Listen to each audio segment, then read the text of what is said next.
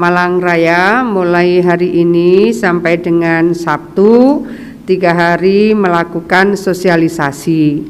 Kemudian mulai Minggu tanggal 17 sampai tanggal 30 Mei sudah efektif diberlakukan PSBB dengan tahapan masa himbauan dan teguran 3 hari dan 11 hari adalah masa teguran dan penindakan.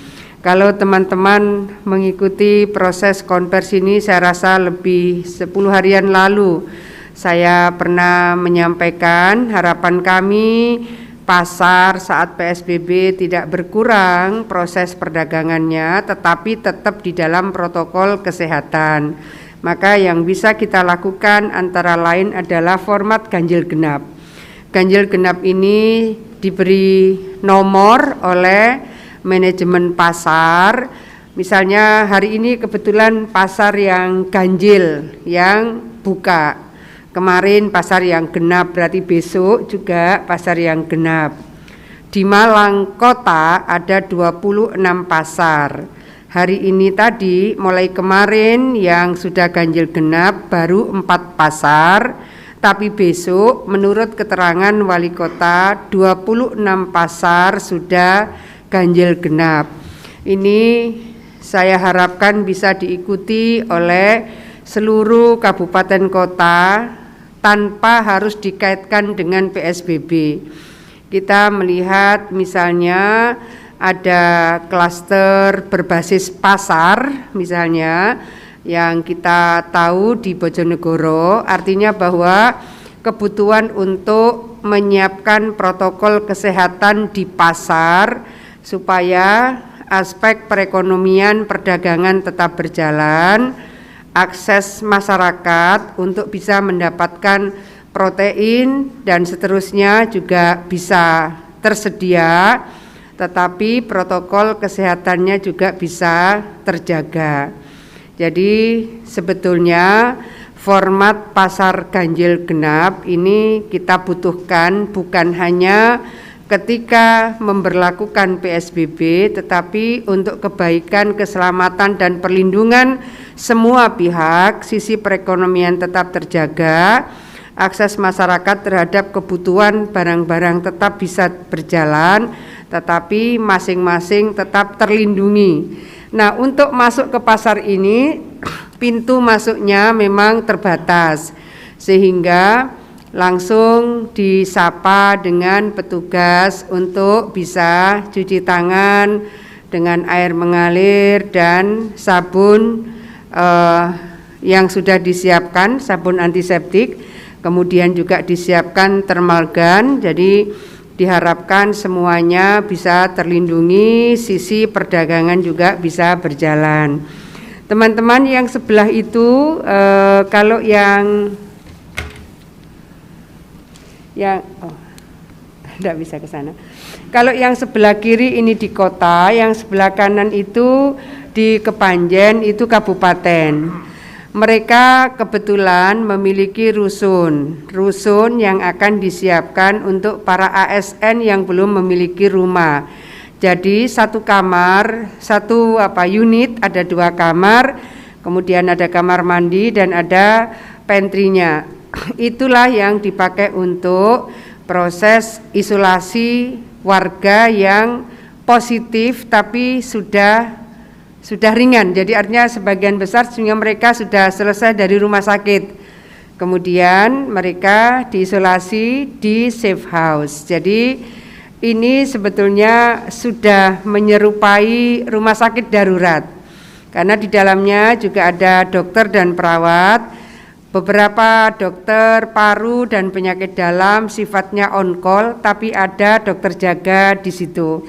Kami tadi ke sana bersama Pak Pangdam, Kapolda, Pangdiviv 2 Kostrad dan Kasko Armada 2. Kira-kira begitu teman-teman, termasuk yang Kampung Tangguh.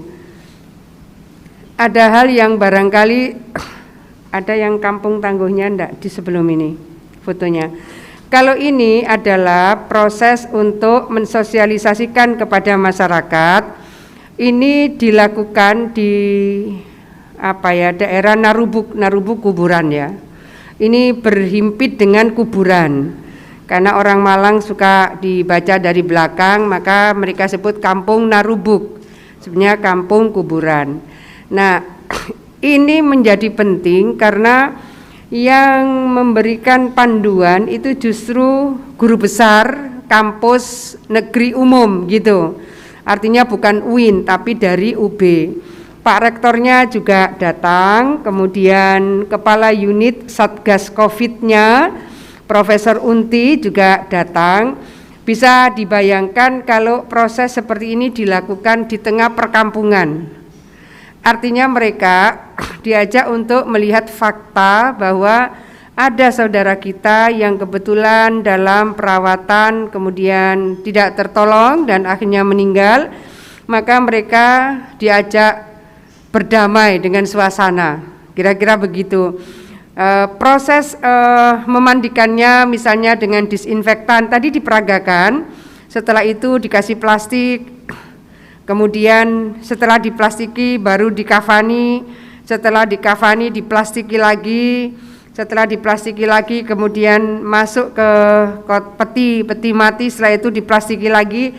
Jadi Bu RW yang kaos biru sebelah saya itu, beliau bisa menjelaskan itu, Bu, ngasih plastiknya harus 3 kali, nanti ditaruhnya di peti harus miring. Artinya betapa ini fasih gitu si Bu RW itu. Padahal yang bertugas menjelaskan bukan beliau. Artinya proses seperti ini menghindarkan kemungkinan penolakan warga karena kekurangfahaman bagaimana melakukan pemulasaraan jenazah. Tapi bahwa kampus turun dan beliau yang ikut menjelaskan kepada masyarakat, karena ini masyarakat kota maka ada live streaming yang dilakukan oleh relawan-relawan di sana secara lebih kontinu. Nah, sebelum itu kita ke Kampung Tangguh. Kampung Tangguh ini enggak ada fotonya di situ. Kampung Tangguh ini menjadi pintu untuk bisa menyapa kesejahteraan warga di RW itu. Basisnya adalah RW. Di Kota Malang ada 61 RW yang sudah punya Kampung Tangguh. Dari 61 mereka akan mengembangkan semua, ada 161. Lalu masyarakat yang akan membantu warga cukup di pintu gang masuk. Nanti tim relawan yang akan mendistribusikan warga di RW yang paling membutuhkan itulah yang akan mendapatkan support dari bantuan masyarakat untuk diteruskan kepada warga. Sehingga mereka disadari atau tidak akhirnya semacam verifikator bansos. Ini yang saya ingin sampaikan.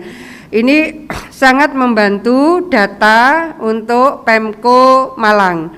Karena mereka melakukan identifikasi dari, kan kalau berbasis RW tidak terlalu besar, maka mereka semacam verifikator penerima bansos berbasis RW.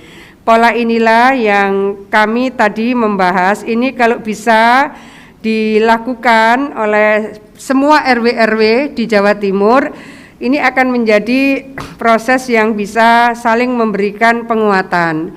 Jadi jangan sampai ada bantuan yang double, lalu tetangga sebelah tidak dapat dan seterusnya.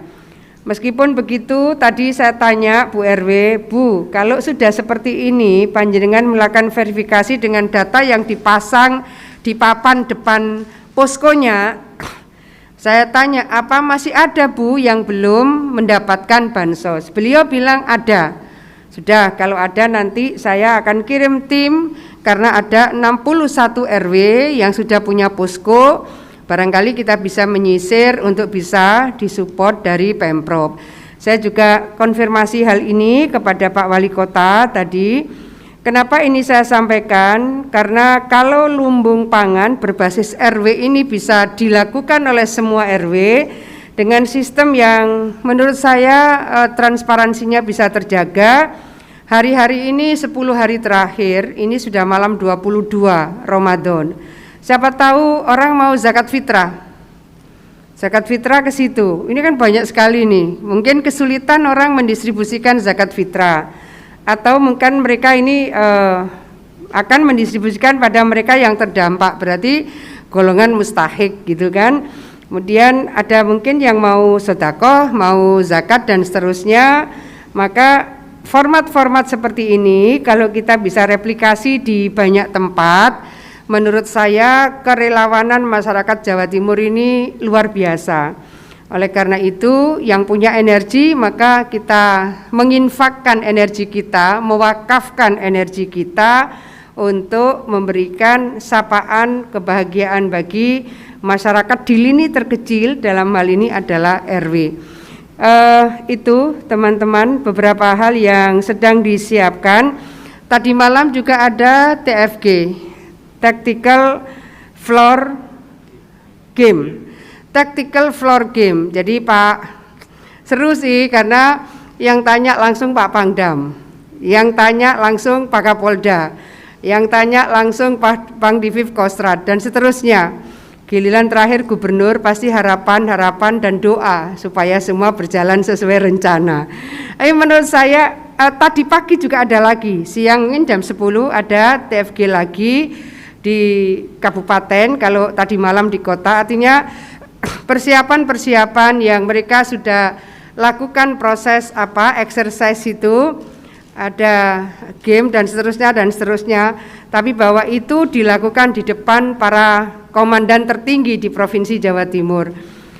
Mudah-mudahan persiapan yang menurut kami sangat matang ini akan diikuti oleh kepatuhan yang maksimal, kedisiplinan yang maksimal, sehingga harapan untuk bisa meningkatkan efektivitas dan signifikansi dari PSBB bisa kita dapatkan lebih terukur lagi, karena tentu apa yang kita lakukan melalui PSBB harapannya akan bisa lebih signifikan menurunkan penyebaran COVID-19 ini. Saya rasa itu teman-teman perkembangan dari PSBB di Malang Raya.